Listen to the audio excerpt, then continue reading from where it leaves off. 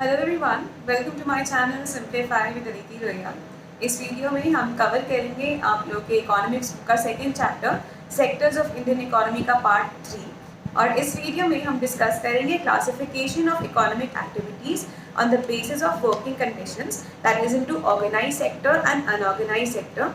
फिर हम डिस्कस करेंगे classification of these activities on the basis of ownership, that is classification into public sector and private sector. Also, you will need your economics NCERT for this. If you don't have it at the moment, I have provided a link to the PDF of the book in the description box below. Please check it, download it and keep it ready for this video. Let us start. सबसे पहले discuss करते हैं classification of economic activities on the basis of employment conditions या working conditions. अब working conditions के basis पे हम इन activities को दो तरीके से क्लासिफाई करते हैं। या तो ये एक्टिविटीज ऑर्गेनाइज सेक्टर की एक्टिविटीज होती हैं या फिर अनऑर्गेनाइज सेक्टर की activities. As the name suggest, organise sector की एक्टिविटीज यानी कि वो एक्टिविटीज जिस सेक्टर में सारे रूल्स और रेगुलेशंस फॉलोड हो, जो कि ऑर्गेनाइज्ड सेक्टर हो, जहाँ पे टर्म्स ऑफ एम्प्लॉयमेंट भी रेगुलर हो। सो ऑर्गेनाइज सेक्टर वो सेक्टर है जो completely terms of employment regular provide करता है, जो गवर्नमेंट से कंट्रोल किया जाता है। देखिए, गवर्नमेंट से कंट्रोल सेक्टर का मतलब ये है कि उसमें गवर्नमेंट के द्वारा बनाए गए सारे लॉज एप्लीकेबल हैं। हमारे गवर्नमेंट ने बहुत सारे लॉज इनिशिएट करे हैं, जैसे कि फैक्ट्रीज एक्ट है, मिनिमम वेजेस एक्ट है, इक्वल रेम्यूनरेशन एक्ट है, कंपनीज एक्ट है। तो there are many kind of laws. तो वो सेक्टर जो इन सारे लॉज के द्वारा गवर्न है, उस सेक्टर को हम ऑर्गेनाइज सेक्टर कहते हैं। On the contrary, unorganise sector वो सेक्टर है जिसमें बिल्कुल भी गवर्नमेंटल कंट्रोल नहीं होता और जहाँ बिल्कुल भी ये वाले लॉज एप्लीकेबल नहीं होते। इसका एग्जाम्पल हो सकता है जैसे कि ग्रोसरी शॉप में वर्क करने वाला एक पर्सन है, एक शॉपकीपर है जिसने अपनी शॉप में 2 या 3 लोगों को हायर किया हुआ है। सो उन पे कोई इस टाइप के एक्ट्स लागू नहीं होते, ना ही वो गवर्नमेंट कंट्रोल के अंदर आते हैं। Therefore, they are a perfect example for the workers who are working in the unorganized sector. फिर ऑर्गेनाइज सेक्टर में क्योंकि टर्म्स ऑफ एम्प्लॉयमेंट रेगुलर होते हैं और ये गवर्नमेंट के द्वारा कंट्रोल सेक्टर है, देखो यहाँ पे वर्कर्स के पास जॉब सिक्योरिटी होती है। इन अनऑर्गेनाइज सेक्टर कोई जॉब सिक्योरिटी नहीं होती। That brings us to the second point कि ऑर्गेनाइज सेक्टर में जो लोग हैं उनको मंथली सैलरी दी जाती है। They get a fixed salary at the end और at the beginning of every month. लेकिन जो अनऑर्गेनाइज सेक्टर है, क्योंकि वहाँ जॉब सिक्योरिटी तो है नहीं, वहाँ डेली वेजेस दी जाती है।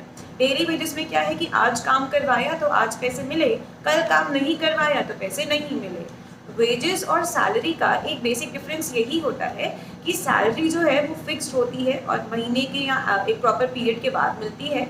वेजेस डेली के हिसाब से मिलती हैं, plus they are not fixed. Then the next important difference between these two sectors is कि ऑर्गेनाइज सेक्टर में there is fixed number of working hours कि 6 घंटे, 8 घंटे या 10 घंटे ही काम कराया जाता है, और अगर एक्स्ट्रा काम करवाया जा रहा है so people get paid over time, उनको ओवर टाइम के लिए पे किया जाता है। लेकिन जो अनऑर्गेनाइज सेक्टर वाला पोर्शन है, वहाँ पे कोई फिक्स वर्किंग आवर्स नहीं है। आज काम है तो 20 घंटे काम करा लिया, 15 घंटे काम करा लिया, और किसी दिन काम नहीं है तो 2 घंटे भी काम नहीं कराया। और वहाँ पे क्या है कि एक्स्ट्रा काम करा भी रहे हैं तो उसका भी कोई प्रोविजन नहीं है कि ओवर टाइम मिलेगा कि नहीं मिलेगा। फिर ऑर्गेनाइज सेक्टर में पेड लीव मिलती है, इंश्योरेंस है, ग्रेच्युटी है, ऐसे बहुत सारे और एडिशनल बेनिफिट्स भी होते हैं। अनऑर्गेनाइज सेक्टर में ऐसे कोई बेनिफिट्स नहीं दिए जाते। So generally organise sector is the one जो सब प्रेफर करते हैं। लेकिन ऑर्गेनाइज सेक्टर में इतनी जॉब्स नहीं है। हमारे यहाँ आज भी जो मैक्सिमम वर्कर्स हैं, या सोसाइटी का जो पुअर सेक्शन है, they find themselves working in the unorganise sector. Unorganise sector आज भी हमारी सोसाइटी का बहुत बड़ा एम्प्लॉयर है। अब अनऑर्गेनाइज सेक्टर में आता कौन कौन है, यानी कौन लोग ऐसे हैं जो अनऑर्गेनाइज सेक्टर में काम करते हैं। तो रूरल एरियाज में देखा जाए तो ये एग्रीकल्चरल लेबरर्स हैं, स्मॉल फार्मर्स हैं, मार्जिनल फार्मर्स हैं, या आर्टिशंस और क्राफ्ट्स पर्सनस हो गए, ये अनऑर्गेनाइज सेक्टर का पार्ट है। कितनी बार इनको ज़मींदार जो है, इनका लैंडलॉर्ड अपने लैंड पे काम भी करवाता है, फिर पैसे भी नहीं देता, जिसको हमने हिस्ट्री चैप्टर में डिस्कस किया था, बेगार कहते हैं, बॉन्डेड लेबर भी कहते हैं, फोर्स्ड लेबर विदाउट पेमेंट। सो ये रूरल एरियाज़ में काफ़ी विजिबल है। अर्बन एरियाज़ में जैसे कंस्ट्रक्शन साइट के वर्कर्स हो गए या कैजुअल लेबरर्स हो गए, वो काफ़ी हद तक अनऑर्गेनाइज सेक्टर का पार्ट है। अब क्योंकि इंडियन सोसाइटी में कास्ट हमेशा से एक बहुत इंपॉर्टेंट इशू और एक बहुत इंपॉर्टेंट डिटरमाइनिंग फैक्टर रहा है हर ही चीज़ में, सो यहाँ पे भी हमें कास्ट का एक रोल देखने को मिलता है कि क्योंकि हमारी सोसाइटी में शेड्यूल कास्ट और शेड्यूल ट्राइब्स के साथ हमेशा डिस्क्रिमिनेशन होता आया, so they were never able to get equal opportunities to work in different sectors. Education में, लिटरेसी में इक्वल अपॉर्चुनिटीज़ उनको नहीं मिल सकी, and that is why even today most workers from scheduled castes and scheduled tribes, they end up finding themselves working in the unorganized sector of the society. Now read till page 32 of your Eco NCERT and then resume the video again. And now finally the last classification of this chapter that we are going to discuss is the classification of these activities on the basis of ownership, that is into primary, that is into public sector and private sector. अभी public sector as a name suggest, public वाला sector यानी कि government का sector. Public sector में होता क्या है कि जितनी भी ओनरशिप है वो गवर्नमेंट की है, सारे एसेट्स गवर्नमेंट ओन करती है। On the contrary private sector as a name suggest वो वाला सेक्टर है जहाँ पे सारी ओनरशिप जो है एसेट्स की, डिसीजन मेकिंग सारी प्राइवेट इंडिविजुअल्स के हाथ में या ग्रुप ऑफ इंडिविजुअल्स के हाथ में होती है। अब गवर्नमेंट का जो सेक्टर है पब्लिक सेक्टर, उसका मेन मोटिव होता है सोशल वेलफेयर। तो जितनी भी इकोनॉमिक एक्टिविटीज़ होती हैं वो सोशल वेलफेयर के लिए करी जाती हैं, जबकि जो प्राइवेट सेक्टर है उसमें मेन मोटिव होता है प्रॉफिट मैक्सिमाइजेशन और उनकी सारी activities are guided by the purpose of earning as much profits as they can. फिर पब्लिक सेक्टर क्योंकि गवर्नमेंट का सेक्टर है, देयरफॉर उनका मेन फोकस होता है पब्लिक यूटिलिटी सर्विसेज प्रोवाइड करने में, जैसे रेलवे है, एजुकेशन है, हेल्थ फैसिलिटीज़ हैं, तो वो बेसिक सर्विसेज प्रोवाइड करते हैं।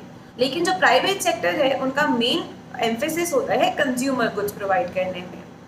Then the last point in these two sectors will of course be an example, जैसे कि हमारा जो रेलवे सेक्टर है या फिर हमारा जो पोस्ट ऑफिस है वो कम्प्लीटली पब्लिक सेक्टर का पार्ट है, और वहीं जितनी भी प्राइवेट कंपनीज के आपने नाम सुने होंगे, टिस्को है, रिलायंस है, ये सारी बड़ी companies are a part of the private sector. तो सवाल उठता है कि सारी बड़ी services like railways, post offices, health care, ये पब्लिक सेक्टर का पार्ट क्यों है? तो द फर्स्ट रीज़न इज कि इन सारी एक्टिविटीज़ में there is a lot of money involve, बहुत इन्वेस्टमेंट चाहिए इन सारी चीज़ों में, जो कि प्राइवेट इंडिविजुअल्स के पास जनरली नहीं होती। देयरफॉर गवर्नमेंट इतना इन्वेस्टमेंट पब्लिक यूटिलिटी सर्विसेज में करती है। फिर गवर्नमेंट ये सारी फैसिलिटीज़ इसलिए भी अंडरटेक करती है क्योंकि एक तो इसमें इन्वेस्टमेंट बहुत सारी चाहिए, देन अगर देखो प्राइवेट इंडिविजुअल्स इतनी इन्वेस्टमेंट करेंगे तो ऑफ कोर्स उनका मेन पर्पस तो होगा प्रॉफिट अर्निंग। जब गवर्नमेंट इतनी बड़ी इन्वेस्टमेंट्स करती है तो उसका मेन पर्पस होता है कि इन्वेस्टमेंट तो हो, फैसिलिटी भी प्रोवाइड करी जाए, बट ये फैसिलिटीज़ लोगों को अफोर्डेबल और रीजनेबल रेट्स पे प्रोवाइड करी जाएँ। सो इन फैसिलिटीज़ को प्रोवाइड करने के साथ साथ गवर्नमेंट या पब्लिक सेक्टर ये भी चीज़ इंश्योर करता है कि ये सारी फैसिलिटीज़ कंट्री की एक तो सारी जनता के पास जाएं और सारी जनता के पास अफोर्डेबल रेट्स में भी पहुंच जाएं। फिर हमारी गवर्नमेंट स्मॉल फार्मर्स, कंज्यूमर्स, हर किसी को सपोर्ट करती है, और इसके लिए हमारी गवर्नमेंट के बहुत सारे अलग अलग सिस्टम्स हैं, जैसे पीडीएस सिस्टम है, राशनिंग है। PDS system is public distribution system, जिसके बारे में क्लास 9 में डिस्कस किया था। पब्लिक डिस्ट्रीब्यूशन सिस्टम में होता क्या है कि जो गवर्नमेंट है वो स्मॉल फार्मर्स से ग्रेन्स कलेक्ट करती है, उनसे खरीदती है, एंड देन उसको फेयर प्राइस शॉप्स पे यानी राशन शॉप्स पे सप्लाई करती है, जहाँ से हमारी कंट्री की जो पुअर जनता है वो उसको अफोर्डेबल प्राइसेस में खरीद सकती है। सो बीच की काफ़ी कॉस्ट ऐसी है, काफ़ी फाइनेंशियल कॉस्ट ऐसी है जो गवर्नमेंट को बियर करनी पड़ती है, बट क्योंकि गवर्नमेंट का मेन पर्पस ही सोशल वेलफेयर है, सो ऐसे सिस्टम्स को लागू करके गवर्नमेंट फार्मर्स को भी सपोर्ट कर पाती है और पुअर जनता तक खाने का सामान भी पहुंचा पाती है।